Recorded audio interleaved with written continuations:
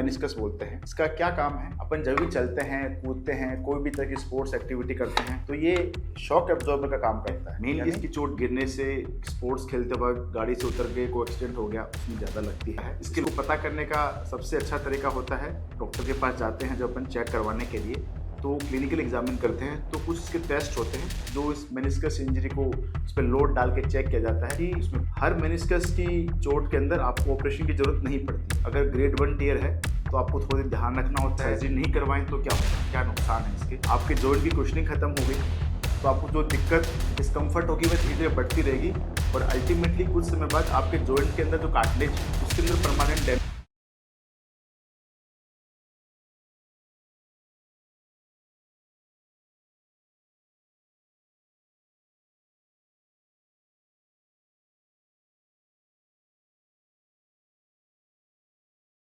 Meniscus injury यानी घुटने की गद्दे की चोट आजकल बहुत कॉमन है। मैं डॉक्टर हिमांशु खिचड़ आज इस बारे में बात करूंगा कि मेनिस्कस क्या होता है, वह इसका क्या इंपॉर्टेंस है और इसकी चोट को कितना सीरियसली लेना जरूरी है। ये अपना घुटना है, एक बोन ऊपर है, एक बोन नीचे है। इन दोनों घुटन हड्डियों के बीच में ये जो आप देख रहे हैं, ये कुशनिंग टाइप में जो मटेरियल है, जो साइड में रिंग जैसा है, रिंग जैसा, इसको मेनिस्कस बोलते हैं। इसका क्या काम है? अपन जब भी चलते हैं, कूदते हैं, कोई भी तरह की स्पोर्ट्स एक्टिविटी करते हैं तो ये शॉक एब्जॉर्बर का काम करता है। यानी आप जब ये बोन ऊपर नीचे हिट होंगी तो ये एक तरह से कुशनिंग जॉइंट को प्रोवाइड करता है। दूसरा इसका बहुत इंपॉर्टेंट रोल होता है। आप देखेंगे ऊपर की हड्डी गोल है और नीचे की हड्डी फ्लैट है, तो राउंड ऑन फ्लैट मूवमेंट, गोल हड्डी और नीचे फ्लैट हड्डी, राउंड ऑन फ्लैट मूवमेंट को ये पॉसिबल बनाता है। तो इसलिए मेनिस्कस अपने नी जॉइंट का एक बहुत ही इंपॉर्टेंट स्ट्रक्चर होता है। इसकी चोट कैसे लगती है?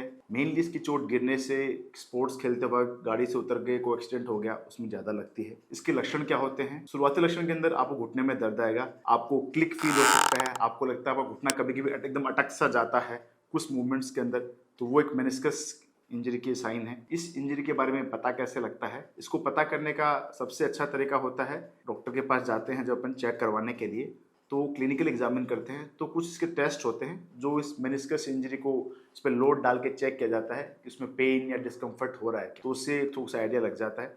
फिर कंफर्म करने के लिए अपन एमआरआई करवाते हैं।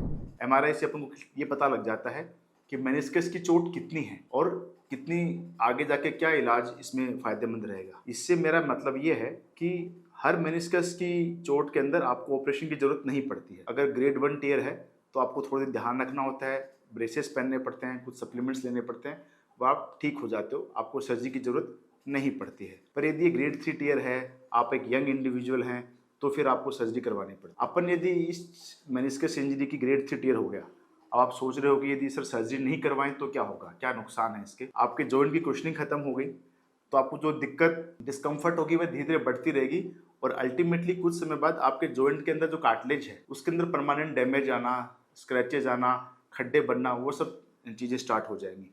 तो इसलिए मेनिस्कस इंजरी का ट्रीटमेंट लेना बहुत इंपॉर्टेंट होता है और अगर आपको सर्जरी की जरूरत है तो करवानी पड़ती है। मेनिस्कस की सर्जरी कैसे होती है, वह इसमें क्या करते हैं? मेनिस्कस की सर्जरी आर्थ्रोस्कोपी टेक्निक से करते हैं, दूरबीन से दो छोटे छोटे छेद बनाए जाते हैं, उस मेनिस्कस को रिपेयर किया जाता है। रिपेयर करने के लिए 2-3 चीज़ें यूज़ की जाती हैं। सबसे लेटेस्ट चीज़ों में आती है मेनिस्कस डिवाइस, एक चीज़ है जो अपन यूज़ करते हैं, जो अंदर के अंदर स्टिच लगा देती है। एक दूसरा होता है फाइबर वायर, अपन यूज़ करते हैं, जो इनसाइड आउट टेक्निक में मेनली अपनी हेल्प करता है। तो ये बेसिकली मेनिस्कस की सर्जरी के अंदर अपन को करना पड़ता है।